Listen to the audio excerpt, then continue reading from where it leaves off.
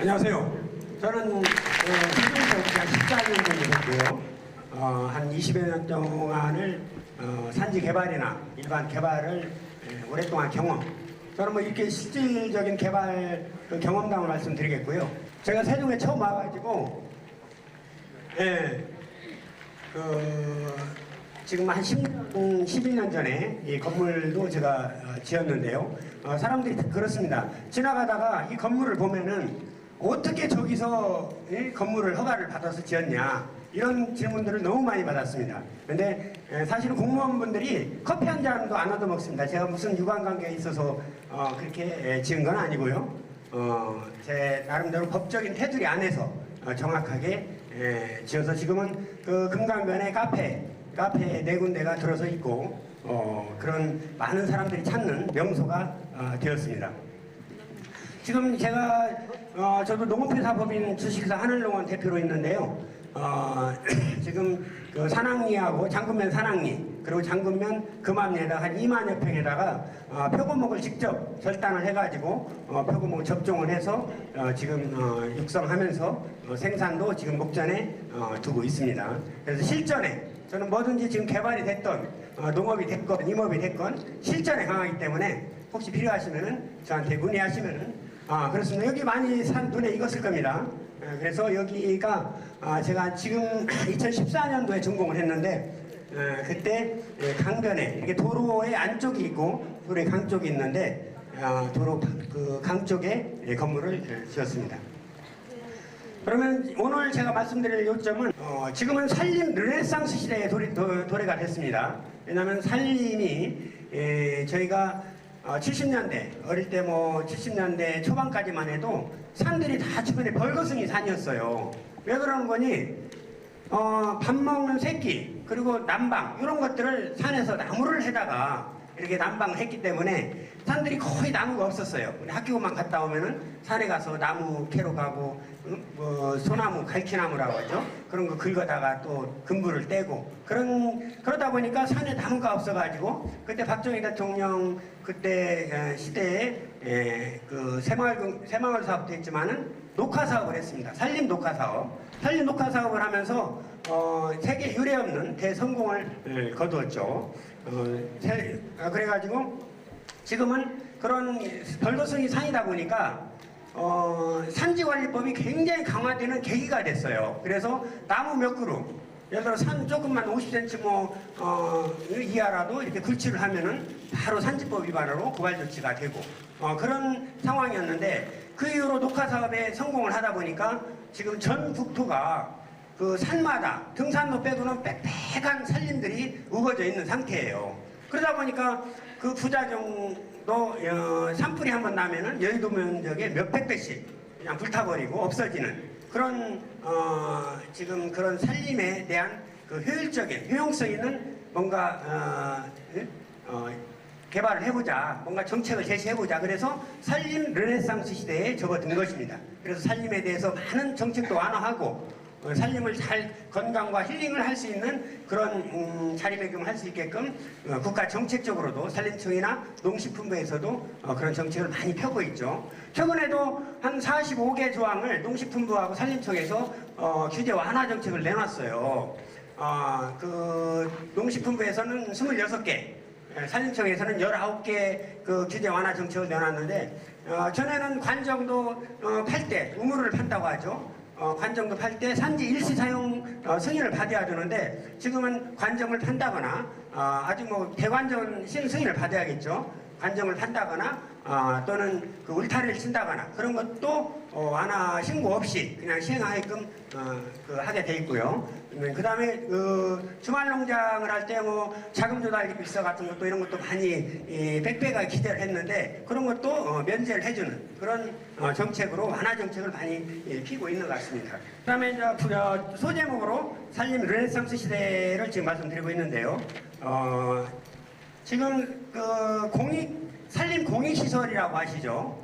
우리가 보통 개인 영리 사업 같은 경우는 산림 공익시설에 들어가지 않고 굉장히 규제를 많이 하는 특히 뭐 농업용 시설이나 이런 거 농림 축산 이런 것들은 굉장히 규제를 완화를 시켜주는 그런 상태인데 일반 숙박이나 캠핑이나 이런 것들은 굉장한 규제를 많이 해왔는데 산림공익시설을 하면서 개인 영리 그 목적도 달성하게끔 그것도 산림 규제 완화 정책으로 많이 완화를 시킨 상태예요.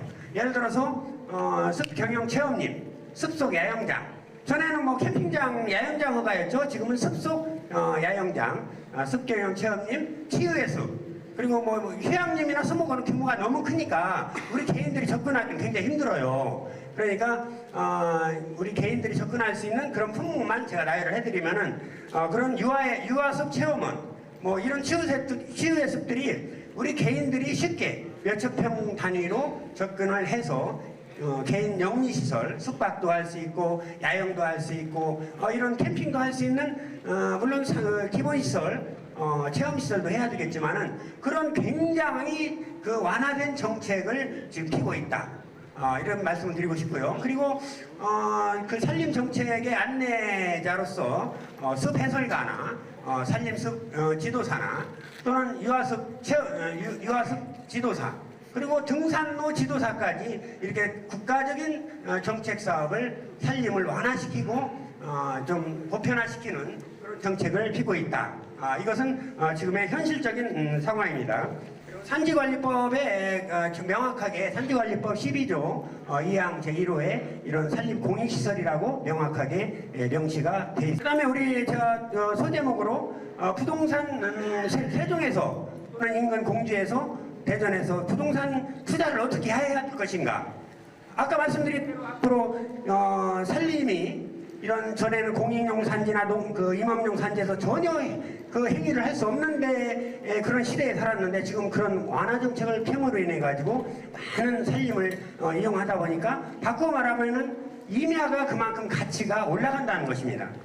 우리가 부동산에 들어가서 세종시에 1000군데가 넘는 부동산이 있는데 예를 들어서 농림지역이다, 보존관리다 이렇게 물어보면 어떤 것이 좋습니까 하면은 1000군데 거의 다 농림지역은 쓸모가 없다고 컨설팅을 해줘요. 왜 그런지 아세요? 보존관리에서는 전원주택을 지을 수가 있어요. 전원주택을 개발할 수가 있고, 근데 농림지역에서는 전원주택은 할 수 없는데 다른 모든 것은 할 수 있는 것들이 예를 들어서 농림, 식품, 수산 이런 것들을 공장까지 염색공장까지 할 수 있는데 보존관리는 못해요. 하다못해 관광농원 허가를 내러 가도 예를 들어서 보존관리는 허가를 안 해줘요. 근데 농림지역은 허가를 해줘요. 물론 전원주택은 할 수 없지만은 농가주택이나 이런 수산업, 축산업주택은 할 수 있지만은 전원주택을 못 짓는다는 명분 하에 굉장히 보존관리보다 농림지역은 별 쓸모없는 땅이다. 이렇게 인식을 하고 있죠.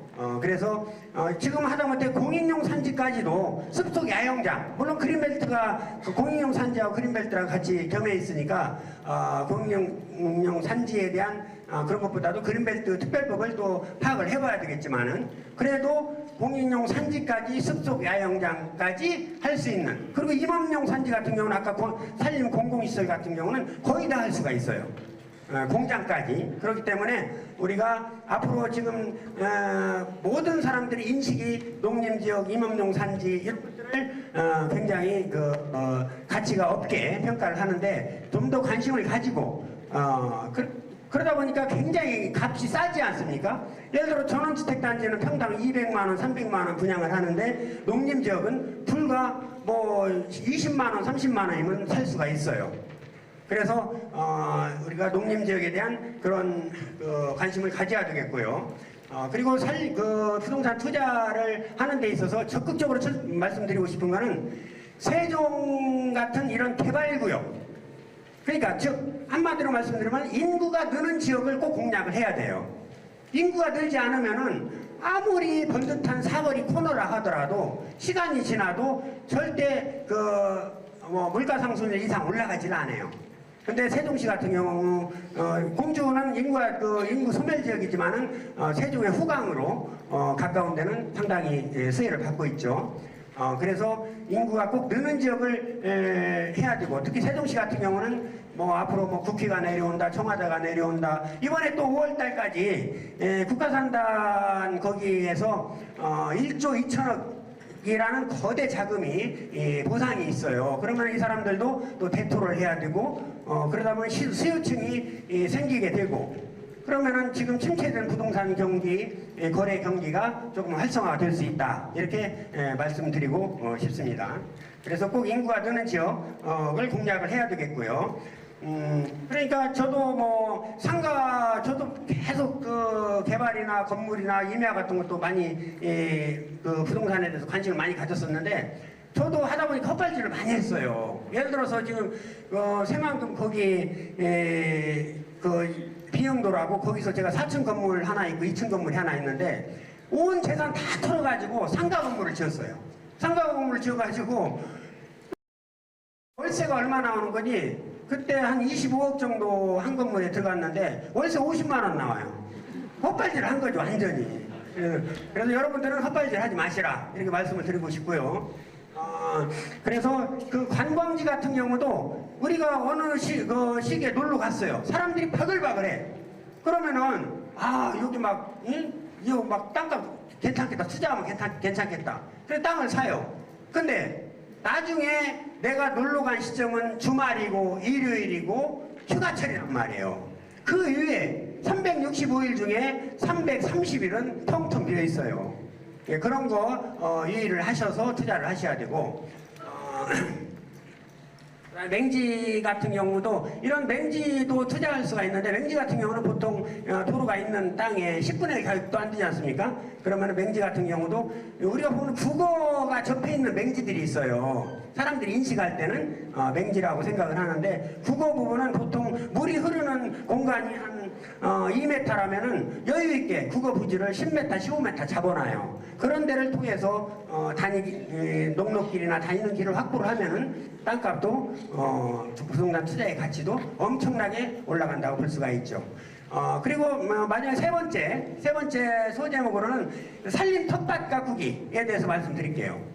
지금 그 세종시 산림조합에서 공적인 기관이죠. 산림조합에서 연서면 쌍유리에 3만 평 정도 산림 텃밭을 운영을 하고 있어요. 구자는 500구자를 쪼개가지고 각각 다 임대를 하고 있어요. 그리고 그것이 대성공을 거둬가지고 여기 그 금남면 성강리에 또다시 3만 평 정도를 500구자를 만들어서 임대를 하고 성황리에 임대 쳤어요. 근데 드리고 싶은 거는 이런 임대를 해가지고 내가 거기서 임산물을 재배한다거나 생산을 하면은 나무는 그렇지 않습니까? 저 키우다 보면은 한 2, 3년, 5년 금방 가요. 잘 키워놓으면 임대 기간이 끝나버려요.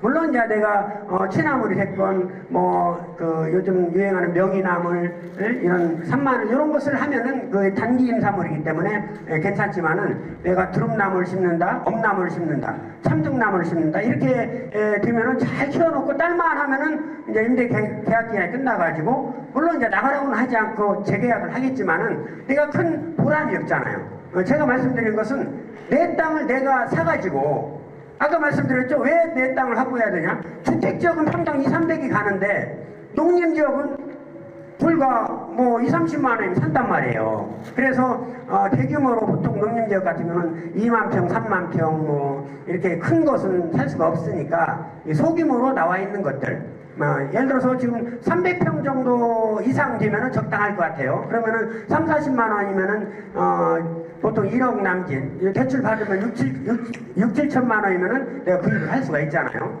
그래서 거기다가 물론 거기에 물도 있어야 되고 관정도 있어야 되고 그 전기도 있어야 되겠죠. 그리고 가장 중요한 게 뭐죠? 도로가 있어야 돼요. 꼭 도로가 일반 아스팔트 도로 시멘트 포장 도로가 아니더라도 이렇게 임도라도 농로라도 접해 있으면은 내가 가서 그 산림에 대한 휴양, 힐링을 할 수 있는 공간을 내가 확보를 하고 내가 돈을 벌 수도 있다는 거죠. 내 친구의 예를 들어볼까요? 내 친구는 공무원인데 첫 번째는 저 대우자동차 사는 친구가 하나 있어요. 그저께 제가 두릅나무 종근 10kg, 그 다음에 그 엄나무 종근 5kg, 그다음에 참중나무, 온나무를 잔뜩 샀어요. 지금 눈이 녹지 않아서 심지를 못하는데 그것을 바로 눈을 녹으면 이번 주부터 아마 식재를 할 거예요. 할 건데 그 친구는 그 대우자동차에 다니면서 그 산림 텃밭을 한 거예요. 텃밭을. 그러다 보니까 이게 우습게 생각할 일이 아니에요. 연봉보다도 그 태우면 상당히 연봉이 많잖아요. 그래서 봄에 잠깐 묘목 팔고 가을에 묘목 팔고 이 친구는 종근 생산을 해가지고 두릅나무를 쭉 예를 들어서 한 10kg 심으면은 종근을 10cm마다 탁탁 잘라가지고 심기 때문에 1500개를 심으면은 그것이 또 막 번져요. 번지면은 하나가 기하급수적으로 생산이 돼가지고 그 사업을 하는데 연봉보다 훨씬 더 많은 돈을 벌고 있는 그런 형태입니다. 그래서 이제 주말농장도 있지만은 산림 텃밭으로 이렇게 가꿔서 수익 사업을 하는 사람들이 내가 그 전업을 안 하더라도 수익 사업을 하는 사람들이 많이 있습니다. 지금 제가 여기도 나와 있지만은 제가 아는 동생도 공무원인데 틈틈이 주말에 가서 여기 사진에 지금 대림농원 제1비가든센터에서 잔뜩 5천주 사다가 몇천 원짜리 사다가 이게 2년을 키웠는데 몇만 원짜리가 최하 5, 6만 원짜리가 되는 거예요. 그러면은 그런 수익 사업이 내가 휴일에 또는 일과 시간에 여름에 같은 경우는 바쁘지만은 대부분 6개월 정도만 내가 주말에 일을 해도 충분히 임산물을 생산해서 수익 사업을 할 수 있는 그런 사업을 할 수 있다. 이런 걸 말씀을 드리고 싶습니다. 그러면 우리가 300평 정도는 산림 텃밭을 했어요. 그럼 뭘 해야 되겠죠? 그걸 아름답게 꾸며야 되잖아요. 그래서 아름답게 꾸민다는 게 일하는 거예요. 열심히 두릅나무 심고 엄나무 심고 참중나무 심어서 종묘 생산하면서 그러면 여유가 있으면은 트리하우스라고 하시죠. 트리하우스. 멋진 그 톰소의 모험이나 이런 그 빨강머리에 N에 나오는 그런 멋진 트리하우스. 그게 이제 오두막 형식인데 제가 법조항을 찾아봤더니 그게 이제 공작물로도 들어가지 않고 4m 이상의 광구탑이나 이런 것들 쭉 공작물로 들어가 있는 걸 봤는데 공작물로 들어가지 않고 그 조경시설로 들어가더라고요. 조경시설. 그래서 온도만 비슷하게 작은 거 지을 수도 있고 또 여기 사진을 제가 안 넘어갑니다만은 그 텐트도 지금 여러 개 쳐놨어요. 그 현장에다가 텐트 쳐놓고 거기서 막걸리 면은 너무 기분이 좋습니다. 그럼 우리는 지금 300평을 예를 들어서 사가지고 내가 참중나무도 심고 돈도 많이 안 들어가요. 내가 조금 노동력만 가지면 돼요. 심고 잘 키우고 있는데 또 이제 봄에는 순도 따서 팔고 나무 뿌리도 이렇게 해갖고 종근으로 팔고 했는데 하고 나서 트리하우스 짓고 또 텐트도 졌단 말이에요. 그러면 우리가 가장 큰 이익이 뭐가 있을까요? 땅값이 2~3배가 올라가 있습니다. 우리도 모르는 사이에. 그만큼 우리가 산림 텃밭 같은 경우도 지금 관에서 하는 산림 텃밭도 있지만은 이렇게 우리 개인적으로 내가 보람 있는 그런 사업도 겸해서 관심을 가져주면 좋을 것 같습니다. 산림 텃밭에 보면은 그늘이 지지 않습니까? 그리고 우리가 지금 아까 산림 르네상스 시대에 걸맞게 상당히 규제 완화가 많이 있는데 그 중에 하나가 벌목이에요. 벌목. 우리가 전에는 산지관리법에 의해서 나무 한 3그루만 피워도 순사가 잡아가고 쉽게 해서 애들이 울면은 호랑이가 온다면 울음을 안 그치는데 순사가 온다면 울음을 그쳐요. 그 나무 몇 그루 피워갔다고 잡혀가는 거예요. 근데 지금은 많이 완화 정책으로 인해서 벌목도 완화를 시키고 있는데 지금 전에는 농림, 축산, 임업 그 관련해서만이 목적의 용도가 있어야만이 그 벌목을 몇 그루라도 필 수가 있어요. 근데 지금은 어떻게 2023년 6월 16일부터 어떻게 바뀌었는 거니? 용도에 관계없이 이게 굉장히 중요한 말이에요. 용도에 관계없이 벌목을 10세제곱미터까지 빌 수가 있다는 거예요. 거기다가 교육을 받아가지고 임업 후계자가 됐어요. 80세제곱미터까지 신고 없이 용도에 관계없이 빌 수가 있는 그런 산림 정책이 완화가 된 거죠. 일반 개인들이 10세제곱미터라고 하면은 어느 정도 이제 감이 안 오시죠? 그럼 어느 정도 양인거니 우리가 가슴 높이에서 30cm 되는 그 아름드리 나무예요.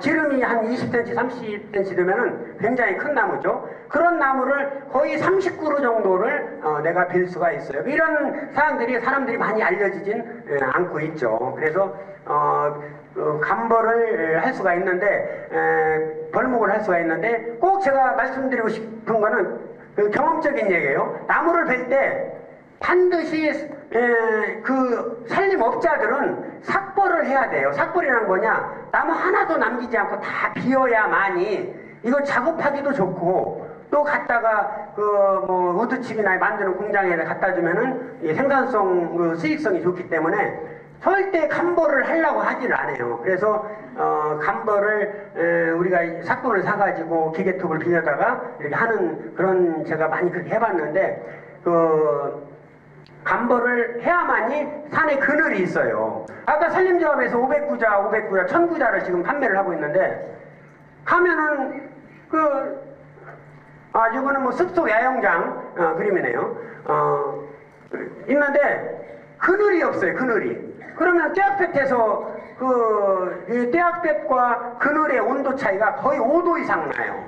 엄청나게 더워요. 지금 아열대 기후에 접어들었잖아요. 그래서 열대성, 아열대성 그 기후인 고무나무 같은 거도 이파리가 다 타버려요. 얼마나 햇빛이 뜨거운가. 반드시 이런 요즘 체리용 쉼터다, 농막이다, 전답도 관심을 가지는 것도 좋지만은 숲속에 있는 그런 산림 텃밭에 관심을 가져서 만들어가는 과정에 있어서도 반드시 나무의 그늘은 반드시 남겨놓고 있어야 된다. 이걸 다 삭벌을 하면은 벌써 외관상으로 좋지도 않고 그것을 이용하는 데 있어서도 굉장히 불리한 그런 작업 여건을 되고 힐링도 되지도 않고요. 그런 부분이 있고 특히 이제 벌목할 때는 이런 부분이 있어요. 지금 개인들이 이렇게 벌목하다가 사고 나는 경우가 많이 있는데 이 참나무나 화렵수 같은 경우는 직근성이에요. 그 결이. 그래서 한쪽에 나무 피고 또 한쪽에 이렇게 피면은 이게 두두두두 자빠지면서 이게 막 15m, 20m가 자빠지잖아요. 거기서 누구 도와준다고 옆에 이렇게 서 있다가는 이거 큰일 납니다. 작살 납니다. 왜냐면은 직근성이기 때문에 이게 쭉 피면서 퉁 튀겨버려요. 그러면 그 옆에 있는 사람이 그게 50톤, 100톤의 그 어마어마한 힘이 사람들을 아주 그냥 그것만 유의하면은 위험할 것은 없어요. 근데 이제 우리가 뭐 이대근이나 옛날에 뭐 마님하고 막 그런 그 영화 있지 않습니까? 그 한 번에 딱딱 쪼개는 것이 다 침엽수, 미류나무, 활엽수, 미류나무나 그런 참나무 같은 것은 한 번 쪼개면 직근성이기 때문에 팡팡 쪼개서 뭔가 힘을 과시하는 그런 영화도 볼 수가 있는데 아무튼 벌목할 때 그런 때만 좀 유의를 하시면은 좋을 것 같습니다. 지금 마무리를 하는데 우리가 아까 말씀드린 대로 자그마한 돈을 투자해가지고 지금 10분의 1 가격도 안 돼요. 예를 들어서 주택을 지을 수 있는 땅들 그런 땅들에 관심을 가지고 해서 내가 힐링도 하고 다 우리가 지금 성인병 안 발생하는 사람이 왜 그럴까요? 다 시멘트 유해 물질 나오는 데서 시멘트 구조물에서 살기 때문에 그래요. 자연과 함께 다 이렇게 하면은 건강도 하고 힐링도 하고 금산에 아토피 마을이라고 있어요. 거기는 금산군청에서 운영을 하는데 6개월 전부터 예약을 해야 돼요. 애들 가서 한두 달 뛰어놓으면 아토피 다 나서버리는 거예요.